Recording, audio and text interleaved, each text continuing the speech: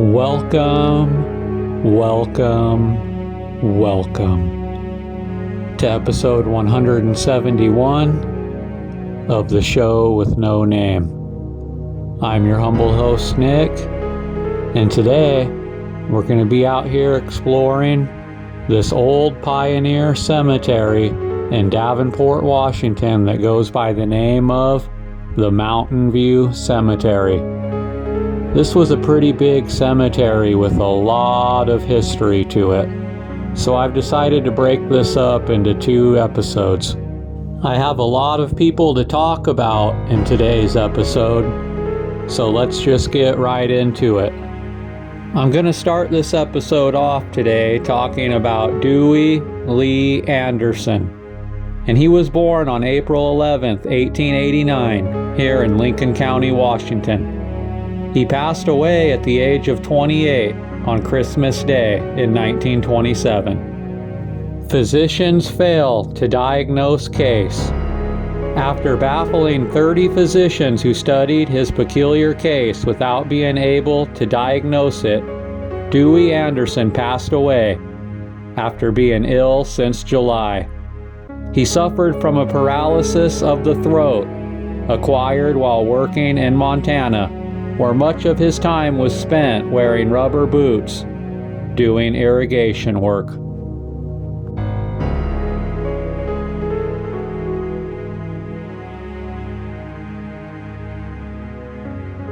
Douglas Richard Anderson was born on March 6, 1960, and he passed away on March 18, 1979. He was just 19 years old.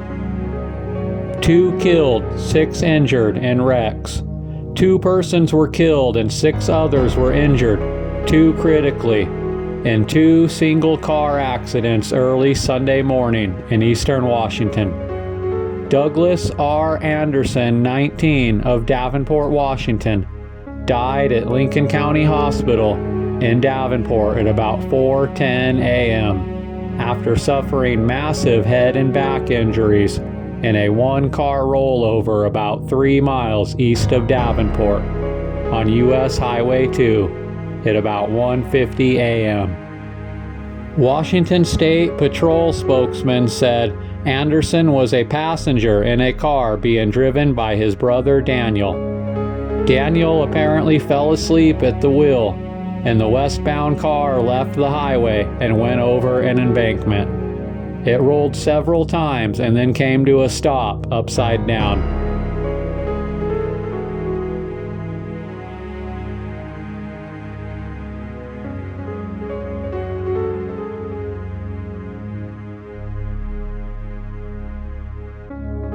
Benjamin Brooke Anderson was born on October 4, 1886. Death follows exercise. Davenport pupil expires in gymnasium. He passed away on September 17, 1904. He was just 17 years old while exercising in the high school gymnasium. This forenoon, Brooke Anderson, a 17-year-old son of J.W. Anderson of this place, fell dead from a sudden affection of the heart. Brooke Anderson, together with a number of fellow students, had been cleaning out the gymnasium when he walked across the room and sat down upon a table. Suddenly, and without speaking a word, the unfortunate boy fell forward on the floor, striking his face downward. His schoolmates and professors worked hard to revive him. Artificial respiration was kept up for several minutes, but without restoring the patient to consciousness. Young Anderson had been afflicted slightly with rheumatism, and the doctors state that his heart was in a weakened condition. The condition of their son was not known by his parents, and his sudden death was entirely unexpected.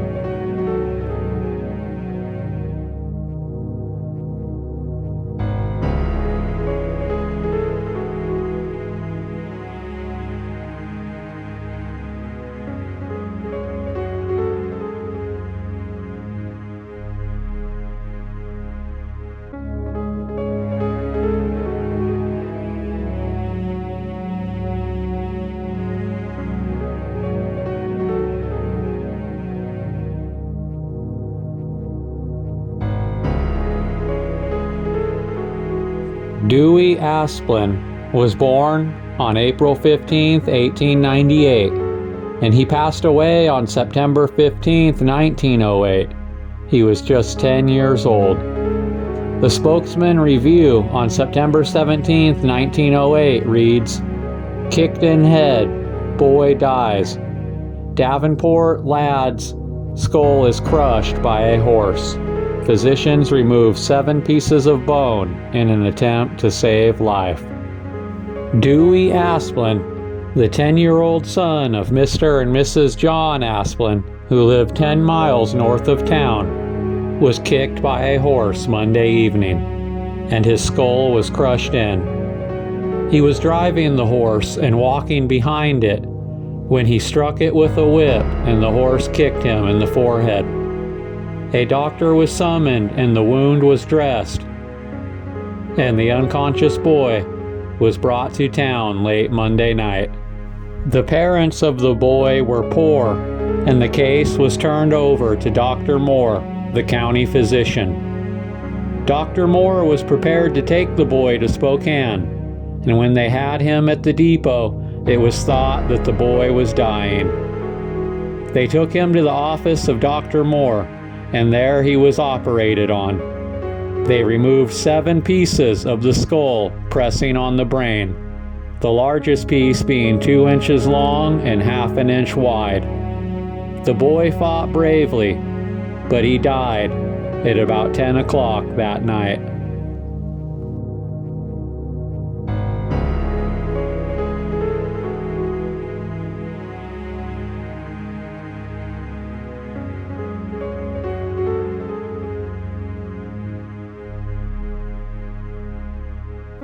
Raymond Booth was born on August 16, 1886 in Kansas.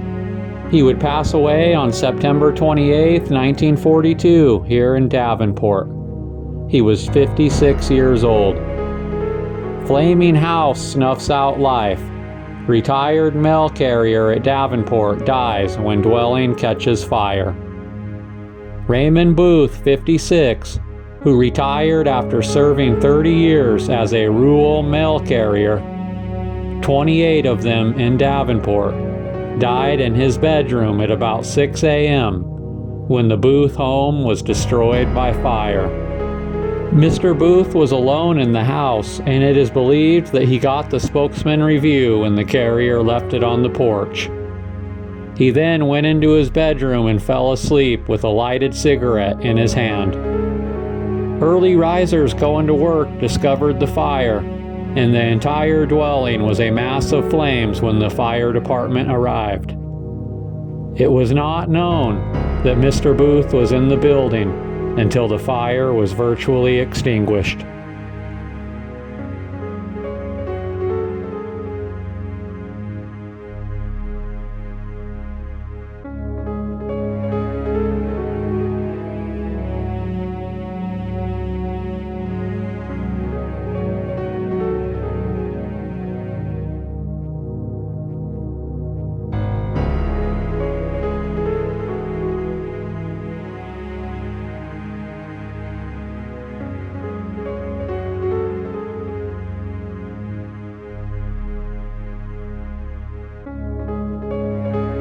Edward J.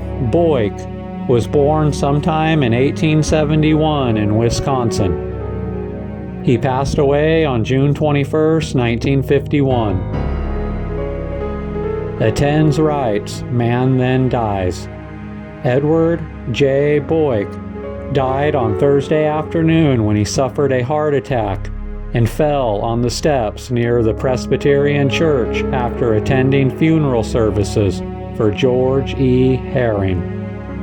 Mr. Boyk, a resident of this community for some 30 years, had just left the church when he was stricken. He farmed in the Rockland area near Davenport for many years after coming west from Minnesota.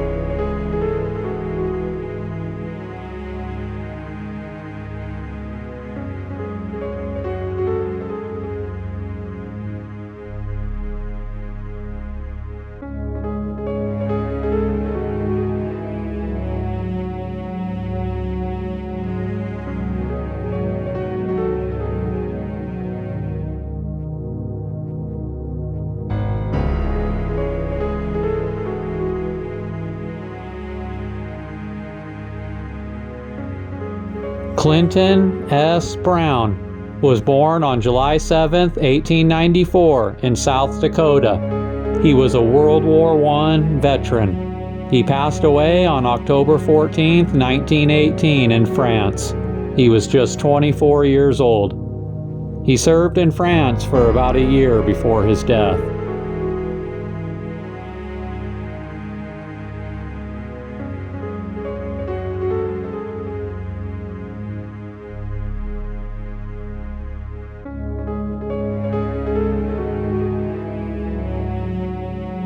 Carl D. Buck was born on July 4, 1884, and he would pass away on March 13, 1913 at the age of 28.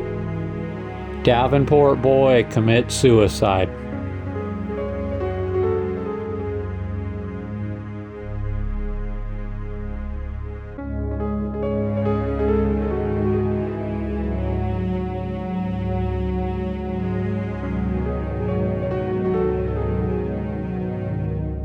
This is a cenotaph of Herman Austin Fraunhofer, because he isn't buried here, but he was born on April 19, 1924, and he passed away on May 7, 1942.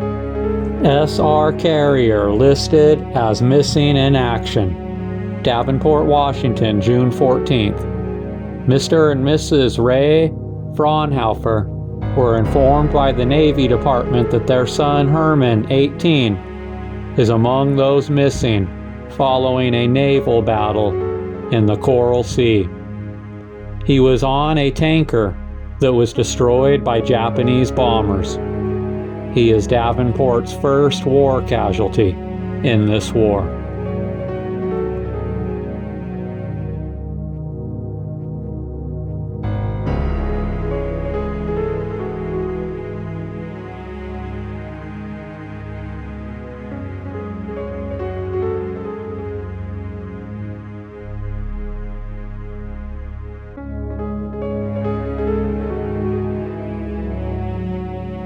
Now I'm going to talk about a man whose name was Oliver Perry Gibson.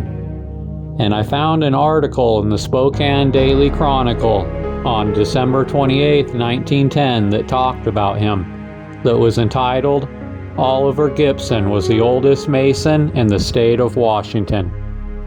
The funeral of Oliver Gibson, the oldest Mason in the state of Washington, not only in age, but in length of membership in the order, was held in the Methodist Church in Davenport. Mr. Gibson, who died Friday, was nearly 96 years of age and had been a member of the Masonic fraternity for nearly 65 years. Having become a Mason in spring of 1846, and just before entering the service of the United States in the war with Mexico. Just prior to that time, he affiliated with the Methodist Church, of which body he was a faithful and active member up to the time of his death. He was one of the pioneers of the Big Bend, having settled on a homestead near Davenport in 1883. He was born in Pennsylvania on May 10, 1915. A few years later, he went with his parents to Kentucky, where he received his education. Later, he moved to Missouri. In 1846 and 1847, he made the trip to Santa Fe as a teamster for the United States in the Mexican War. He was a merchant and postmaster of Stewartsville, Missouri for many years up until 1861. In 1864, he married a woman named Mary Jane, and in 1882, with their children, came to the state of Washington. His wife would pass away on February 20th, 1901.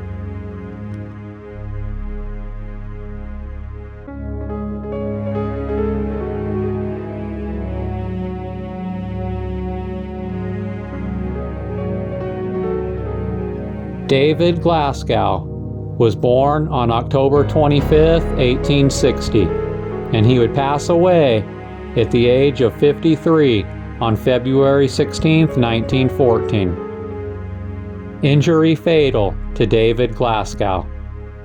David Glasgow, aged 53 years, brother of Sam Glasgow, a Spokane pioneer and former manager of the Continental Mill, died Monday night in Davenport as a result of injuries received when he was crushed beneath an overturned hay rack.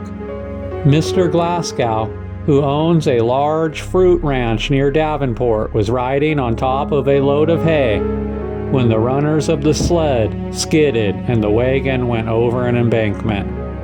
He leaves behind a wife and 3 children.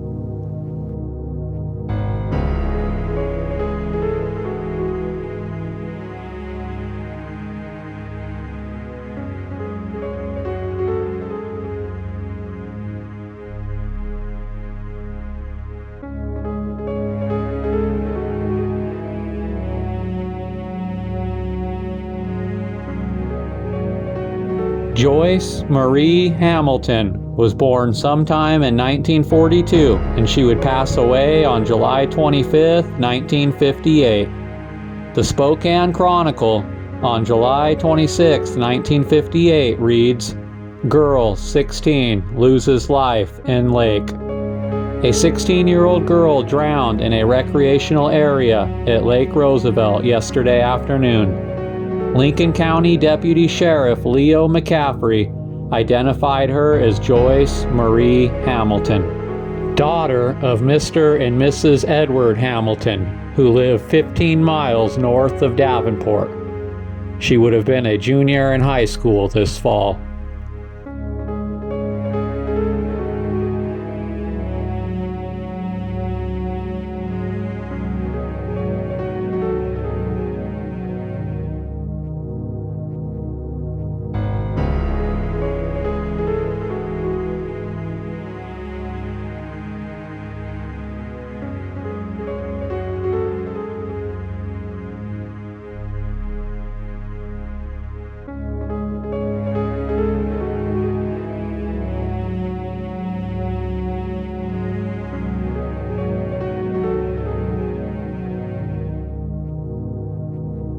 Gary James Henderson was born on September 7, 1931, and he would pass away on July 17, 1956 at the young age of 24. The Spokesman Review on July 19, 1956 reads, "Body is found by skin divers.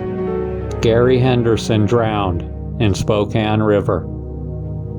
Davenport, Washington, July 18th. 3 Spokane skin divers this morning recovered the body of 24-year-old Gary Henderson from the Spokane River in the backwater of Lake Roosevelt, 14 miles north of Davenport. Henderson disappeared Tuesday evening while swimming with 10 other young men at the sandy beach. After 12 hours of searching, the body was found at the bottom of the lake in 15 feet of water, 50 feet from shore. 4 boats had used lights and drag lines to search the lake bottom all night without success, and had crossed the same point many times where the body was finally recovered by skin divers. The prosecuting attorney and coroner reported Henderson's body indicated that the man had suffered a cramp. He was a good swimmer. None of the other swimmers heard him cry out. He would leave behind his wife Patty and his infant son Jimmy. He was also a veteran and served in Korea.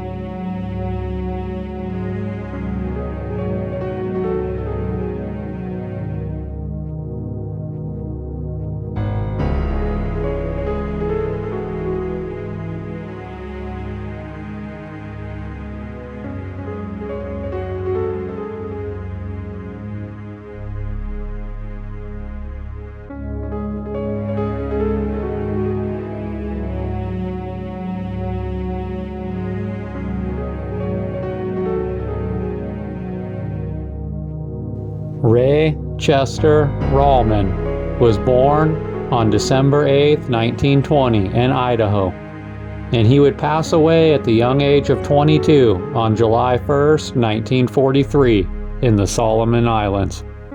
The Spokesman Review on July 21, 1943 reads, Davenport Marine killed in action. Ray Rallman, Private First Class in the Marines, was killed in action in the North Pacific. A wire from the Navy Department notified his parents. He enlisted in the Marine Corps on September 19, 1942. He was sent overseas in February.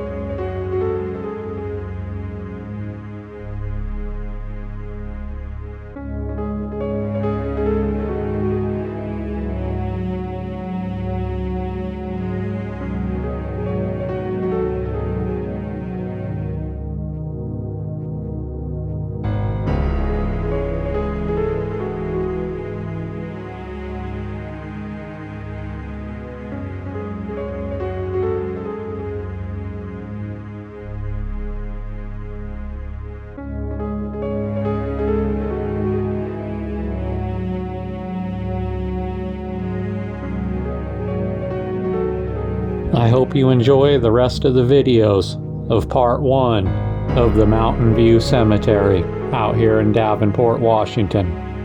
Thank you.